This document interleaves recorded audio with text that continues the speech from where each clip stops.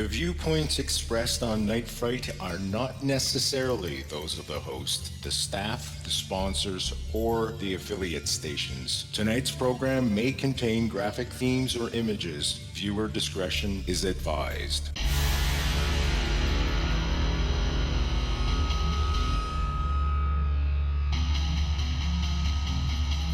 There is a time for question. There is a time for answers. There is a time to challenge. There is a time to speculate. There is a time for change. There is a time for truth. The time is now.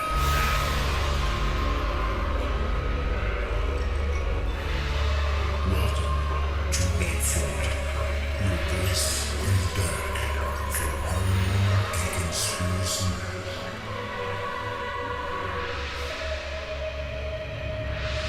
And now your host, Brent Holland.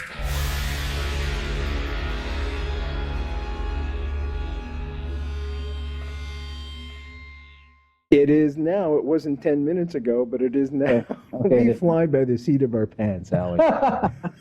I like that. If I was wearing any, it would be even better. Showtime. Welcome to the show, folks. I'm Brent Holland, and welcome to Night Fright. It is snowy out there tonight, here in Kingston anyways. It's a beautiful, beautiful Christmas night. I am so ready for spring, you have no idea. To help us celebrate the coming Christmas season, Ali Siadatan is here. He is an amazing guy, actually, folks. He's looked at the Bible, and he's looked at the prophecies. He's tied in the prophecies of Christ with the Bible, Book of Revelations, the Old Testament as well. So get the coffee going, get the tea going, get that beverage of choice going, folks, tonight, because this is the one where you're going to want to settle back with the fireplace in the corner or on your TV, whatever works. Open up the curtains, look at the snow coming down, and just relax as we take you through a beautiful, beautiful Christmas celebration tonight with Ali. Ali, salam, chatori. Khuba, merci. How are you, Brent? Oh, khuba, merci. That's Persian, folks, just to let you know. Ali, it's been quite a while since we've seen you, but I'm so glad you're rejoining us tonight. I wanted to ask you, Ali, can you tell us a little bit about where the star originated from, the Star of Bethlehem, and what you feel that is? When it comes to the Magi, who were renowned astronomers, for instance, when you look at the Persian New Year, which is on the first day of spring, which is a Zoroastrian tradition that goes back to the Magi, apparently the calculation is very complex to determine exactly at what second, what minute that equinox of the spring happens, which marks the Persian New Year, because no two orbits of the Earth around the Sun are identical, and it requires some elaborate math, and the Magi were able to pull that math off. So they were astronomers from the Medo-Persian Empire, a competing empire to the Roman world, by the way, and they followed this star. What was the star? Well, traditionally, the first explanation provided was that it somehow was the North Star, the great North Star, and it was manipulated by the divine hand to be a guiding light to them. Then there was some examination into the Chinese astrological records, which are the oldest and most complete. And looking back into 2,000 years, there's been kind of an elaborate explanation of the sky around that time and what may have been the star they followed. And then there is this very interesting idea. We've all heard of the zodiac, and the zodiac is this non-Christian, if you will, idea, non-biblical idea. But a lot of us don't realize that actually the Hebrews also had an understanding of the zodiac. It was called the Mazzaroth, and we were told that the heavens speak of the glory of the Most High, And the tale is that long before writing started, in the days as far back as the first of the agricultural men, the first of the farmers, Adam, God pointed into the stars and explained to him through the images that he could conjure up where the story was going. So the Virgo represents, the Virgin. The Leo represents the line of Judah, who's the Messiah. And so the stars, the zodiac was originally here to tell the story of what eventually became, the macro tale of the Bible. So looking at it that way, people will say, okay, when Jupiter orbits in a certain way and it appears inside of the womb of the Virgo, that's a sign a child is to be born. And so the Magi may have understood the stars and the zodiac story as being the story of the Bible, and understood that, okay, it is time for the Virgin to have child, because somehow the constellation of Virgo is aligned in that direction. These are all ideas that have brought us to the 20th century. And suddenly we have the appearance of the UFO phenomenon, this mass appearance of UFO sightings. And J. Allen Hynek, who is one of the original researchers and begins to look into it, he's hired by the American government. It's called Project Blue Book. It starts in 1948. The Air Force sets up an office because there's so many Americans who are coming forward with these sightings. And they hire an astronomer, Allen Hynek, and they say to him, look, investigate all these reports on the Air Force's dime and dismiss all the ones that can be explained through natural phenomenon, and give us the rest, and we'll, look deeper into it. Report to the Congress, and Congress will report to the American people concerning this phenomenon. And if you look at the literature, for instance, between 1968 and 1970 in the American press, UFOs are talked about publicly by people who are in great places of authority. It's normal. Everyone's talking about, the Air Force has an official investigation. And Allen Hynek discovers that 3% of the sightings cannot be explained by natural phenomenon, 3%.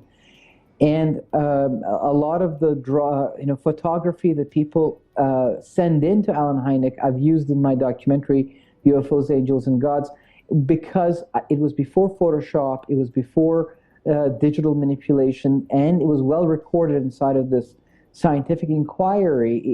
It provides an honest and credible record into the UFO phenomenon, these pictures. And what Allen Hynek discovered was that these sightings fell into clear categories. And the first category, which he called daylight discs, but the second category he called night lights. And night lights were these bright lights in the night sky that looked like shining stars. And often the story that it was associated with them was actually that of Follow the Leader, where someone would be out in some country road, and Benny and Barney Hill, that's a very famous story, the first story of recorded abductions. And there's one story in Brazil that some might consider the first one, but that is definitely in North America the story that opened the door to the idea that, hey, some people claim to be abducted. That Benny and Barney Hill story is a Follow the Leader story. They do talk about a bright light in the night sky that they're following. And suddenly, looking at the UFO phenomenon and looking at the story of flight in ancient literature, a connection was made in the mind of many thinkers, and the story of the Magi is now thought about in some schools of thought in a new way. In light of this reality, if people are today following these bright lights in the sky, perhaps they were following them 2,000 years ago as well. It's very controversial, and the association is not, necessarily to make what the Magi's followed into aliens. Like, aliens came here and they somehow decided to lead this group of Medo-Persians all the way to Bethlehem and somehow tied into, biblical writings. No, the integrity of the characters of the story is not challenged. It is still angels that we are talking about. It's just the nature of how they interact with the physical universe that is perhaps appreciated in the light of the 20th century, in the light of the UFO phenomenon.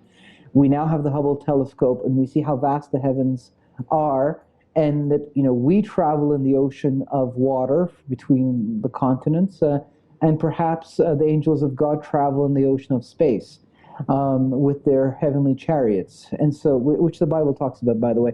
And so the idea suddenly is, well, wait a second, stars don't behave the way that this particular star behaved. They don't come and then disappear, reappear, and then stand still on top of a single location, as though like X marks the spot, and for these guys to follow it all the way from basically modern-day Iran to modern-day Israel. This is interesting. It's an interesting story, and perhaps it was what in the 20th century we would call a UFO sighting. It's an amazing story, Ali, because this trip of the Magi just didn't take a single day. How far back does the prophecy go that the Mashiach, the Messiah, would be born? And how do we know that Jesus was that actual person that they were prophesizing back in the Torah, if you will, back in the Bible? So kind of two questions. How far do they go? And maybe, who are the Magi exactly? How do they fit in the story? And then how do we know that the Yeshua or Jesus was the Messiah? Well, the last question first. How do we know that Jesus was the Messiah? When you look at the New Testament, it records 3 years of his life and his birth, and one small story from his childhood. And you think, well, why? Why only 3 years of his life? Why only his birth? Why these specific things? Why not more? Well, because what the New Testament is interested in recording is only the aspects of this man's life which are apparently the fulfillment of the law and prophecies of the Old Testament. All that was spoken about the Messiah in the Old Testament, how he fulfills the law and all the prophecies spoken about him, come to fruition in the life of this man. And here's a document the New Testament proposes that records the fulfillment of these prophecies. So the entirety of the Gospels are focused very heavily on proving that this man is the Messiah. Why? Well, because he's born in the way that the Messiah was to be born, from a woman of marriageable age, but who's not married, an Alma. We know in English we say a virgin, because in the biblical thinking it's assumed that such a person would be a virgin, that he would be born, in the city of Bethlehem, as the scribes of Israel pointed to Herod, the king, in the story of the Magi, where Herod turns around and says, where is this Messiah supposed to be born? And they look into the books and they say, well, Bethlehem. There are many, many other things that he does that fulfill the Old Testament. For instance, the Passover is an interesting story where he's crucified on a specific day marked in the calendar that God apparently sets up through Moses, and God appoints 7 days on this calendar that are going to have some significance. We don't know what. And suddenly the Messiah shows up and he is killed on the Passover, on the day that a very important ritual of deliverance happens, going back to the tale of the Exodus, where the Jewish people are delivered, and somehow the killing of this lamb and the putting of its blood on their doors is connected to that deliverance story. And so he is crucified on that Passover. He's in the tomb during the appointed day of unleavened bread and rises on the appointed day of first fruits. So 3 of the 7 appointed days come to life. Now, the amount of circumstances that have to click together to make this death and resurrection happen on these days is huge. So his birth, the circumstances of his death, and how the world was changed. So you look back into the ancient world, what do you see? You see a sea of polytheism. From ancient Mesopotamia to the times of Rome and Greece, people worship the gods, whether it be in Persia, India, China, even in Mesoamerica here. And of course in Rome and before them in the Greek and Hellenistic Empire. And then you have this tiny colony of the Roman Empire, Israel, which is the only monotheistic nation in the world going back to Abraham. And it meant that their deity had no equal, had no comparable. He was completely separate from the created order. So here you have this man who appears on the scene, never leaves 100 kilometers his birthplace. He only speaks for 3 years. He's then arrested, trialed, and executed as a common criminal in a colony of the Roman Empire. However, the world is never the same afterwards. The teachings pour out of Israel into the Roman world. By the 4th century, there are so many Romans who have adopted this that the emperor himself becomes supposedly a Christian, and Christianity changes the Roman world without an army coming out of Israel and putting a gun to the head of anybody saying, convert. In fact, they're arrested, they're killed, because the Roman citizens who become Christians now refuse to worship and sacrifice to the gods, who were considered to be very real in the Roman Empire and the backbone of imperial power. So they're weakening the emperor, and so they are ordered to be killed by the god Apollo, especially the sun god, and that's actually recorded in my documentary. So suddenly you see this paradigm shift in the Roman Empire, where we suddenly, as humans, shift from thousands of years of polytheism out of the blue to this new paradigm of monotheism.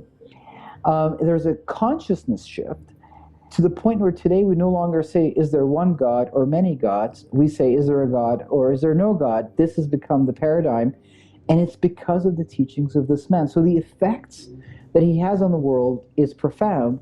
When St. Jerome translates the Bible from Hebrew and Greek into the Latin of everyday Romans, the Vulgate, that book for 1400 years becomes the most important document of Western civilization. And the laws of the Western world, the moral values of the Western world, the thinking system suddenly come from this Hebrew book that was virtually unknown. And all of this happens. Why? How? How could a man come and go and the world change like this if the wind, if you will, of the Spirit of God was not poured out afterwards? Which again is another sign.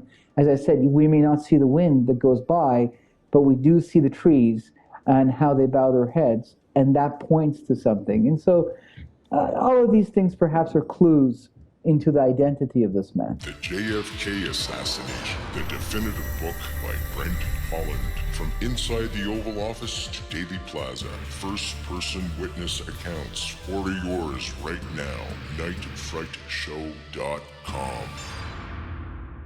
We're speaking with Siadatan tonight. We're talking about the wonderful prophecies that surround Jesus' birth. This is our Christmas show. As I look outside the studio window, the snow is coming down like a blanket, folks. And we had some problems earlier tonight with Skype, but I think through a miracle, I think they've been resolved for us all. Ali, I want to go back to the Magi light, the star of Bethlehem that we've been talking about. Now, apparently, you grew up in Iran. That's true. Yeah, that doesn't make you a bad person, that's for sure. I grew up in Montreal. Sure, makes me a Habs fan, folks.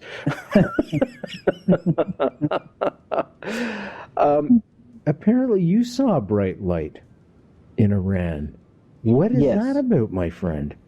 I had gone to Iran to visit my father, and we decided to go to Shiraz, where he was from and all my family's from. I was born in Tehran, but my father prefers to drive at night, late at night, because there's no traffic. So we're driving past midnight, and it's like a 2-lane highway, one lane going south and another coming north. It's the type of desert that's like Arizona. It's rocky desert. It's not sand dunes. We're driving towards Isfahan. I am sitting in the front seat with my back to the door, facing the driver, who is his wife, and she's driving, and he's sitting in the middle of the back seat, and I'm talking to them. And suddenly she points out the window behind my head and makes these funny noises like, and I'm so caught up in what I'm saying that I don't really pay attention. My dad looks at her and he says, "What's wrong, Nima?" And she doesn't stop. So he looks to what she's pointing to. And next thing I know, they're both doing this. They're both sitting there and they're both going, "Oh, so," they're pointing out the window behind me. And so I kind of find it catches my attention. I sit properly in my seat and I look out the window, and just a few hundred feet to the right, it's very close. There is this large object. And if it was on the, it would be like a 3-4 story building. It's very large. It's slowly coming down. I can see structure. I can see like divisions of structure on it. And it has green lights all around it to the point where it's glowing green, but I'm close enough that I can actually see the multitude of green lights. And this thing is slowly coming down, and we're driving forward. Eventually it's perpendicular to my seat, and I'm looking at it straight. And I'm pretty confident that what I saw in the night desert, in the darkness of the night desert, was this shaft that came out of the ground, out of the earth. And it was the same color as the night, the desert night. If I wasn't this close to it, I would have probably not seen it. It was well camouflaged, so to speak. This thing then came directly on top of it, and it went into the ground. And I was like, in a complete state of shock. And she said, "Did you see that? Did you see that?" And he said, I did. And I just kind of sunk in my seat, in a state of shock. And we drove to Isfahan. We didn't talk about it much, but it really had a profound effect on me. When I came back to Toronto, I realized there's this feeling where you really can't share this with people because it's ridiculed. And I, for the first time, I actually felt what I had read about, and I was going to read a lot about, was this feeling of pressure that people have. They don't talk about this. And I started to look on these websites to see what others were saying, and it was very well documented. And now I could believe other people's sightings because I was one of those people now. And so I started to look deeper into it, and actually that's what led to UFOs, Angels, and Gods, which people can watch for free online. This documentary that we made, and we released it on Google Video in 2006. And it got 270,000 views and went viral, which was a lot of views for 2006, where audiovisual was still something that was new. And so this was kind of the sighting that I had in the deserts of Iran. Of course, I wasn't the first one, and there's lots of interesting stories in the Bible that we can talk about if you're interested, that connect the UFOs. For instance, one story that comes to my mind is the prophet Daniel. When the king Nebuchadnezzar of Babylon, Babylon is a city that's about 60 miles south of Baghdad, of modern-day Baghdad, the capital of Iraq. When King Nebuchadnezzar of Babylon comes and destroys the temple that Solomon had built in Jerusalem, and destroys Jerusalem itself as a city, and takes kind of the Jewish people as servants into his kingdom, because the king of Judah refused to pay his taxes to Nebuchadnezzar. And it's a complicated story of God's prophecies and judgments and all that. But when they do make it to Babylon and they're tested for aptitude, Daniel is seen as someone who shows intellectual prowess, and he's placed in the court of Babylon. And ironically, he's placed among the sages, which include the Magi. The Magi were one school among the sages that made up, the Babylonian school of sages. And the Magi had a political role. They elected subsequently in the Persian Empire. They had a very important role in choosing the kings. And that's why to this day, the name of the parliament in Iran is Majlis, which comes directly from Magi. And the English word magistrate comes also from Magi, and these words point to the important role they had in politics, actually. Much later in his life, he's praying and fasting from sugar and wine, and suddenly an angel shows up 21 days into his prayers.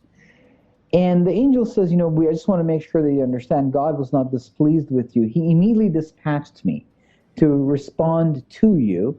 However, on the way here, the prince of Persia withstood me for 21 days, this angel says, to the point where I had to call for backup. He calls for Michael, and he says, I had to call for Michael, who is your prince, the angelic force put in charge of the defense of Israel. And this is something that is very interesting that the Bible talks about, that we really had a huge breakthrough in the 1990s concerning this, which is that there are these powers behind the various empires. And they're all commonly called the gods, but there are these divine beings, which in Christian language we call the fallen angels, and they are behind the nations. And so looking back, I asked myself, how long have these guys been in, let's say, Persia in this case? And it's fascinating because we don't really connect these two dots together in our thinking. UFOs are UFOs and angels are angels. How do you connect these two together?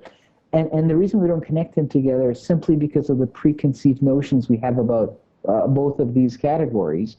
However, in the Bible, the angels come from someplace else other than Earth. They do fly in vehicles, actually, because the Bible talks about the Markava Elohim, the chariots of God, and which actually means the vehicles of God. The only reason it was translated as chariot, Merkabah, is because until recently there was no other vehicle. So it was redundant. It was vehicle, chariot, same thing. Well, you look at, for instance, the Hindu tradition, the word for the chariots of the Hindu gods was Vimana. And it's interesting because to this day, in modern day Hindi, the word for aeroplane is Vimana. I want to come back to Jesus now, Jesus' birth. Yes. Was Jesus inseminated into a woman? Was the sperm inseminated into a woman in order to have alien DNA as part of Jesus' makeup? Or is Jesus right from God? Well, if we are to believe what the Bible says, both in the prophecies concerning the Messiah and in the story of the conception, then yes, Jesus is the God, and that the Holy Spirit, comes over this woman Miriam, and in her is conceived, the human incarnation of God is formed. There is no semen involved, but going back into the book of Genesis, in chapter 3, God does say that he will put enmity between the seed of the woman and the seed of the serpent. And the seed of the woman, in Greek would be the sperma. So there's this idea of a seed, of two seeds.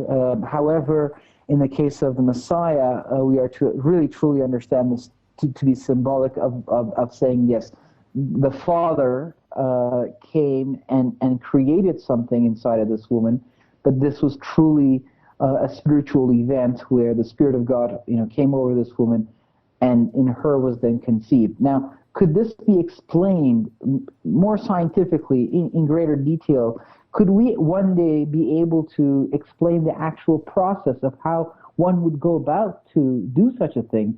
Perhaps, yes. In due time, we may even have a language to explain what happened here, but it is very different and foreign to where we are in our understanding of how conception occurs. Do we have any inclination why Mary was chosen, specifically Mary, as the mother, and why Joseph was chosen as, if you will, the father?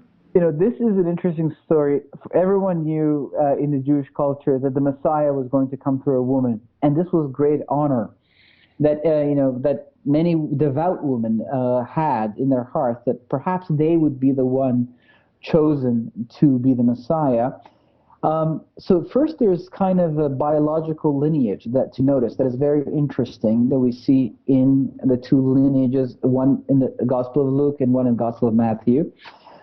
Since you mentioned Mary first, let's start with the Gospel of Luke. Now, Luke was a physician, and he was a Greek physician.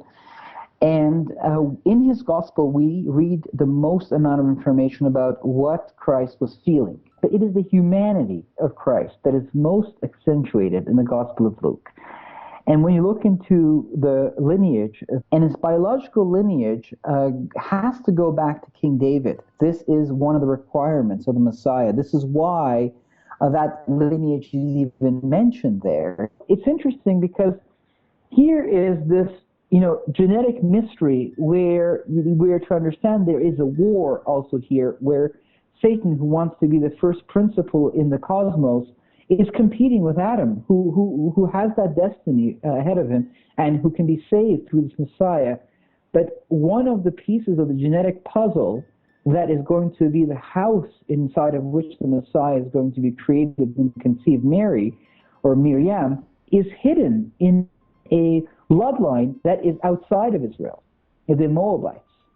And suddenly, this whole event, bang, brings Ruth in the nick of time, and boom, she enters into the Messianic bloodline right there through this marriage with Boaz, confounding perhaps the enemy who may have been searching for the bloodline to destroy it before it happens. And then the story, it reaches Solomon, and Solomon's descendancy is cursed, but the bloodline actually comes from Nathan, Solomon's brother, perhaps, neglected, forgotten. Well, he's not really in that kingly line, but he's still the son of David, nonetheless, and he has the blood of David in him. And God's word, concerns the line of David. It doesn't say necessarily it'll be Solomon. Then you look at the Gospel of Matthew, and the Gospel of Matthew really presents the Messiah above all as a king. And it is believed that it was the gospel written specifically to the Jewish people who were waiting for a king, the Messiah, the anointed one. And the Gospel of Matthew, Matthew himself was a Levi, from a priest. But he hated, or something had happened where he was not satisfied with the temple, and he had left Jerusalem and gone as far north as he possibly could in Galilee. And even there, where Herod's jurisdiction ended and his brother Philip's jurisdiction began, there was a tax office. And each time you wanted to cross, you had to pay taxes.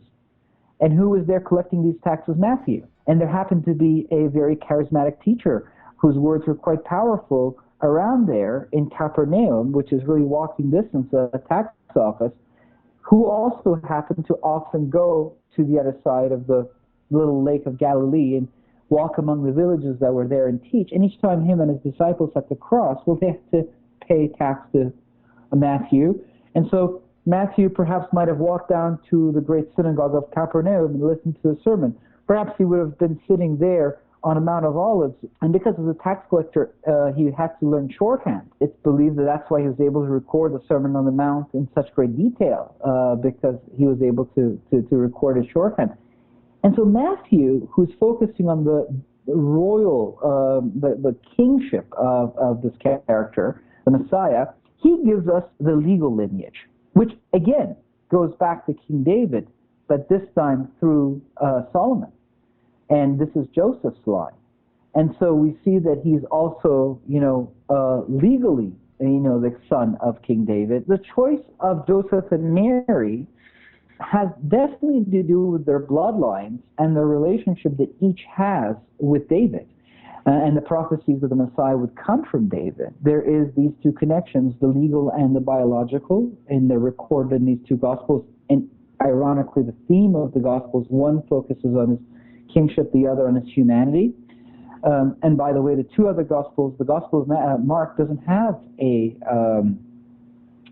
lineage because it focuses on the Messiah being a servant, the suffering servant, the one who would offer his life. And finally, the Gospel of John focuses on his divinity. And that's why it begins by saying that this was God who became a man, that it gives us divine lineage. And these four books together click to form the complete picture of the one who was a man, a servant, a king, and the incarnation of God. Now, we have learned also now a considerable amount about Nazareth and Joseph and Mary's immediate circumstances inside of their culture. And this is really kind of hot off the press type of thing. I mean, it's not hot off the press, but it's something that really most people are not aware of. It's thanks to this, I believe he's a Benedictine monk who lives in Israel, has been living in Israel since the 80s. And he loves to go to archaeological sites that have to do with the Bible. And it's interesting because the spelling changes everything. The spelling is Nazareth.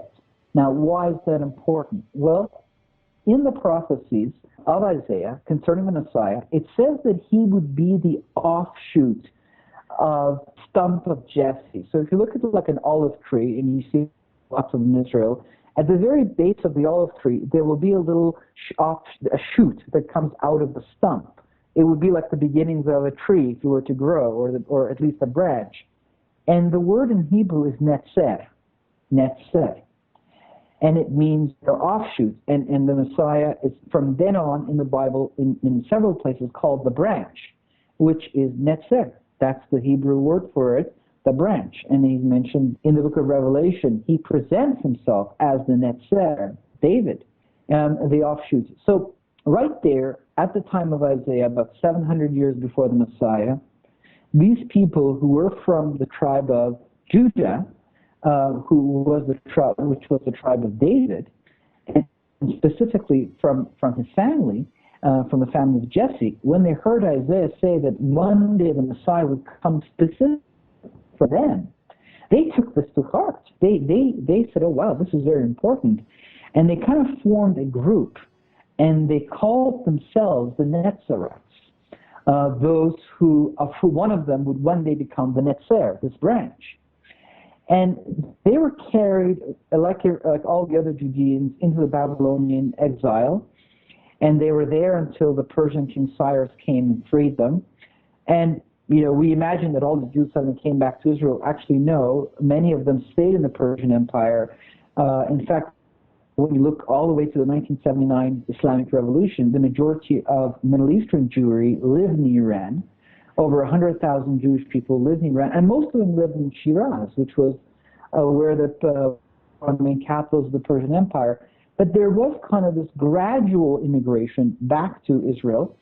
And Galilee in the north was really a place where a lot of Gentiles lived. And Herod, who was given jurisdiction over this Judean tribe, even though he himself was not Jewish, he was Edomite. He was from modern-day Jordan. That's why, when the Magi said to him, "Where is he who was born King of the Jews?" That was a very kind of pointed statement in his mind, because he represented the Roman Empire. He was not Jewish, and he had, worked his way up into statecraft, which was kind of what he loved. And suddenly these representatives of a competing empire, the Parthian Empire, and Israel was kind of a border country between the two, and they had changed hands several times. In fact, around 35, 37 BC, it had shifted back into the Roman world. We don't know how many magi there were. The Bible doesn't give us the numbers. Some of the most ancient records we have say there was 12 of them, and they did travel with armed guards and oriental pomp. And they are these very important people who choose kings. And they were here in the Babylonian Empire. They became a very important integrated part of the Persian power structure. In fact, it was agreed that the religion of the Persian Empire would come from the Magi. And, there are many great Persian kings who were chosen because of the Magi selecting them. And these guys, who are kingmakers of a competing empire, walk into this borderland, which keeps flipping sides. They go to the chosen leader of this competing empire, the Roman Empire, and they say to him, "Where is he who was born King of the Jews?" Herod saw it immediately as a political challenge to his position. And wow, these guys have come. They want to reclaim this piece of land back into the Parthian Empire, and they want to put their own guy on the throne of Judea. That's, I think, Herod was seeing it. But to kind of digress, to come back to the story here of the Joseph and Mary and their relationship to the Netzerites. So this group of Judeans reads the prophecy of Isaiah, considers themselves to be from them the branch will come. So they call themselves the Netzerites. They are part of the Judean exiles that go to Babylon and then Persia. And as Jewish people begin gradually to immigrate back into Israel proper, Herod wants to populate the north. Herod the Great wants to populate the north, or like Galilee, where a lot of Gentiles live, with as many Judeans as he can. So he's offering land. And the Netzerites are offered a little village up there. And when they go, they call the village Netzer, which means a branch, the offshoot, because they happen to be this group of people who considers themselves to be the group from whom the Messiah is to come according to Isaiah's prophecy. They are the Netzerites. They are the offshoots. So when we say Nazareth, it's all like potato, it actually obscures all of this meaning, which has come to light very recently, that, wow, so this was the village of the Netzerites, because Netzer means offshoot or branch, which was one of the titles of Messiah.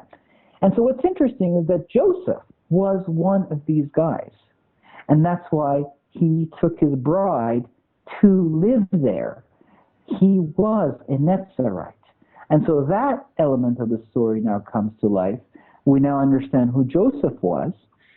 And, you know, it was a very tiny village, and it was near a stone quarry, and there was, you know, a great city being built next door from the stones that were being brought from the quarry, and he was working with stone and wood.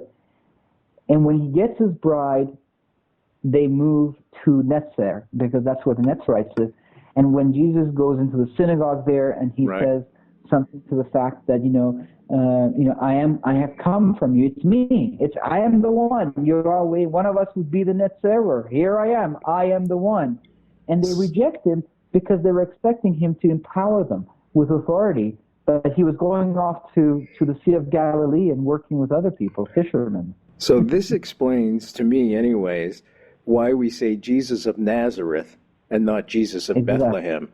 Because that was always curious to me. Here's this guy born in Bethlehem, and we're always saying Jesus of Nazareth. So now I know where Nazareth comes into it. Ali, the three magi we were talking about before, Persians from the Persian Empire. Now, they're not Jewish, and yet they know, they declare that Jesus is king. Is this a gift that God gives to the Persian people because of Cyrus's great gift to the Jews of releasing them? Right. Yes, that's an interesting point that you've made. I've never really thought about that connection. Cyrus himself was chosen by God before he was born to carry this will. There are 7 empires that contend with Israel from the time of Abraham to the modern day. And the Persian Empire is the only one that is used by God not to suppress the Jewish people, but to restore them.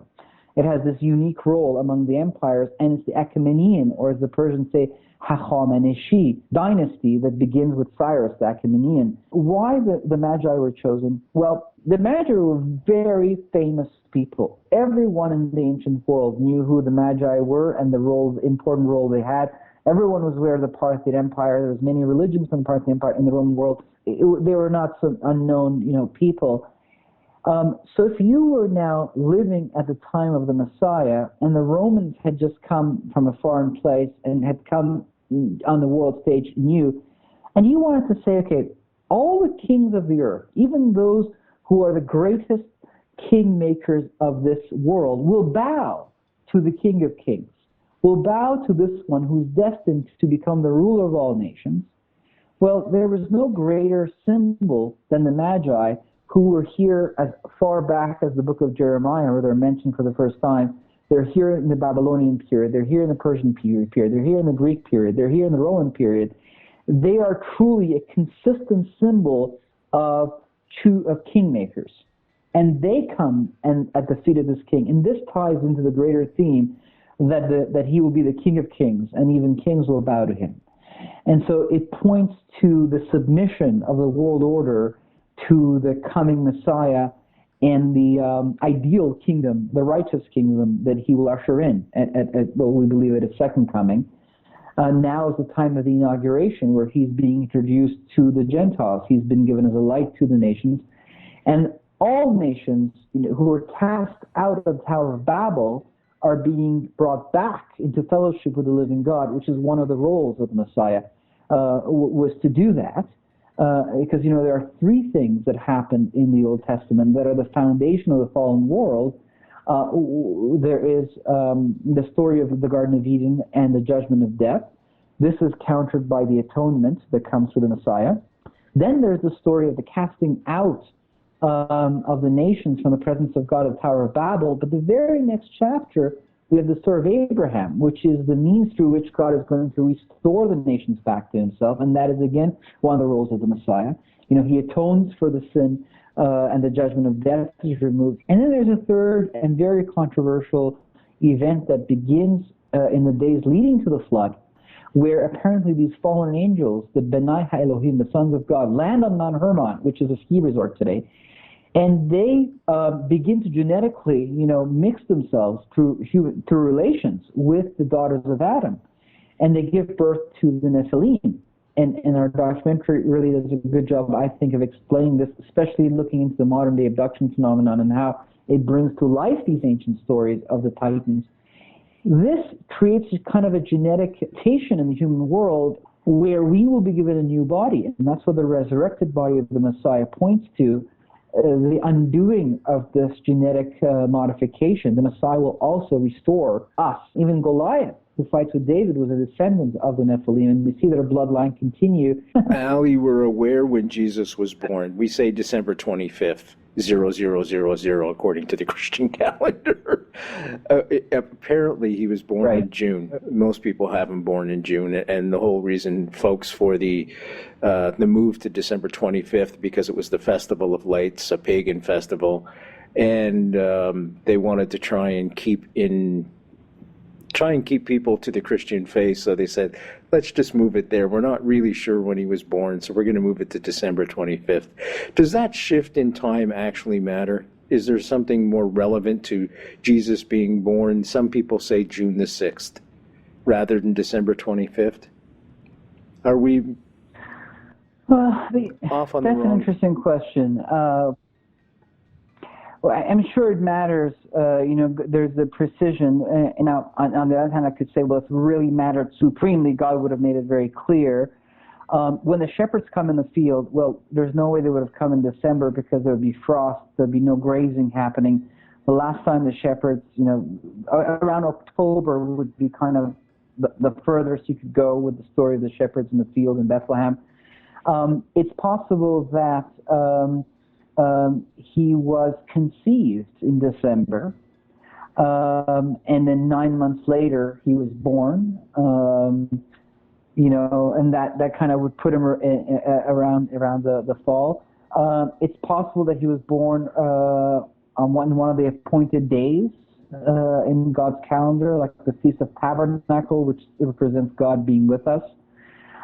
Some say, well, maybe Hanukkah, which is this miracle that happened, and he was a miracle. Perhaps Hanukkah, was another appointed day. Definitely, it wasn't December, and it wasn't December 25th. You're right.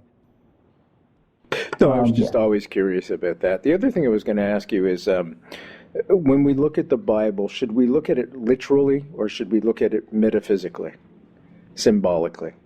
Or all three both. of the above. The Bible, yes, all three of the above. The Bible is a literal story of real people in real places doing real things. It presents itself that way. We have to look at it that way to start with. It makes use of similes and allegories and metaphors and figures of speech to tell its literal story. If it says that the enemies of David will eat the dust at his feet, it doesn't mean they're going to gallop and then get on their and then start eating the dust at their feet. It means they'll be utterly humbled, like the story of the serpent, who we are told will be utterly humbled, that he will crawl, on the ground lower than any beast. Well, obviously, Satan is not a snake. He's a being of, galactic prowess and incredible knowledge as far as how God's creation operates. However, we are told through this story he will be humbled, like a crawling serpent. So the Bible uses allegories and metaphors and symbolism and figures of speech to tell a literal story. And that's very important to understand, that once you start to change the literal story using these literary devices, once you try to rewrite the story, then you're kind of off. You have to understand that all of these devices are here to reinforce the literal story that is being told. And in order to understand the literal story, well, then you do have to look into history and archaeology and begin to kind of come out of the whole idea of religion. This is not just a religion. This is actually the story of us. There is a very famous Kingstonian right here in Kingston. He just won the Nobel Prize for Physics and Dark Matter. Yes. And I went To see a lecture he gave. Yeah, he's going to be on the show, folks. No worries there, but in the springtime. we were talking about dark matter, the Big Bang, and I said everything that comes from the Big Bang is essentially, intrinsically connected. It has to be.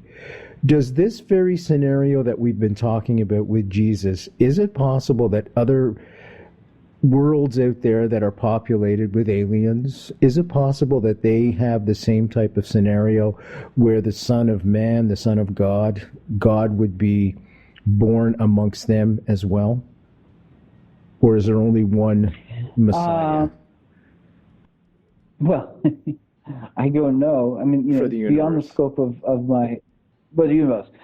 Well, just an esoteric I don't know. No worries. That's a fair answer. I didn't want to put you on the spot.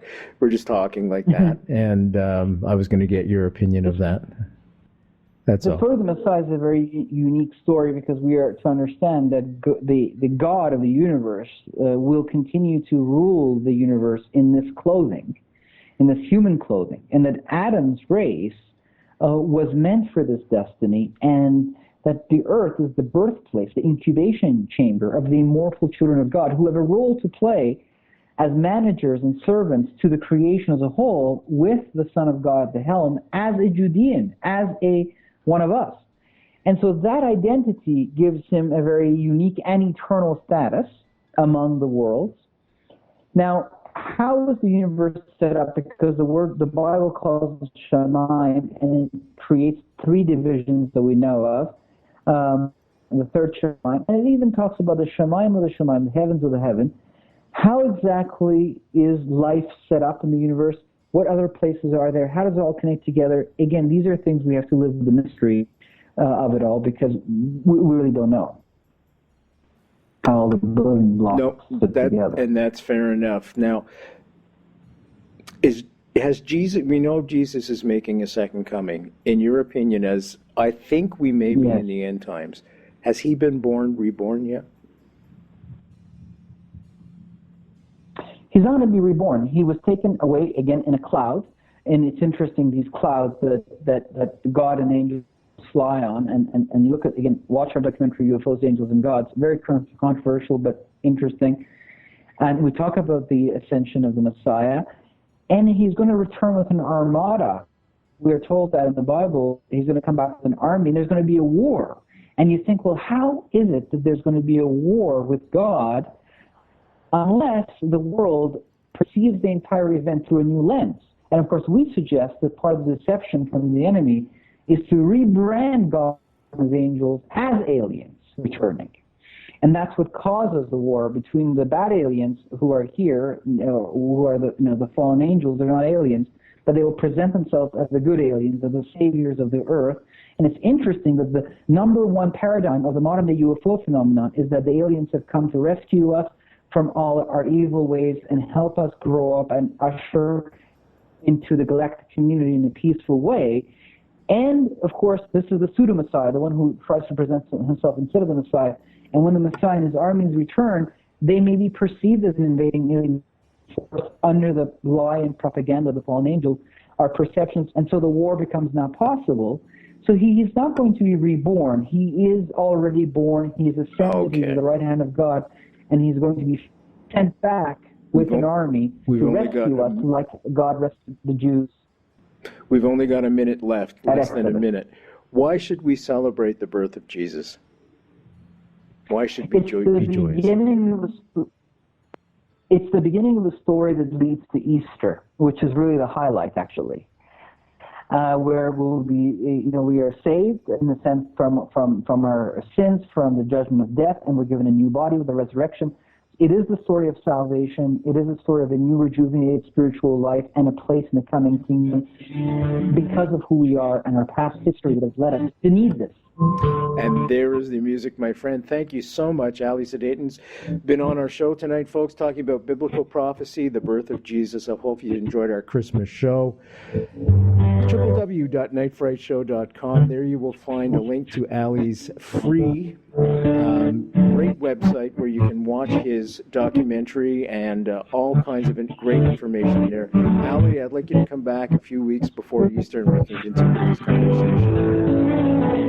Thank you. you so much. I'm Brent Holland from Night Have a Fright. beautiful evening. God bless. See you all later. Merry Christmas, everybody!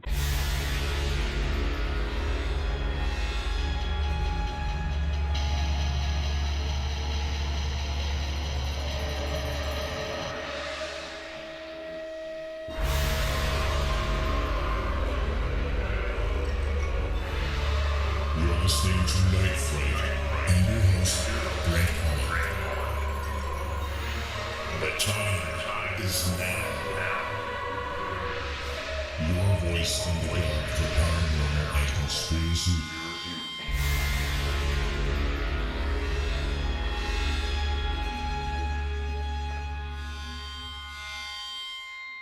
The JFK Assassination, the definitive book by Brent Holland.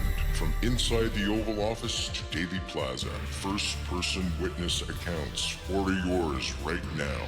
NightFrightShow.com.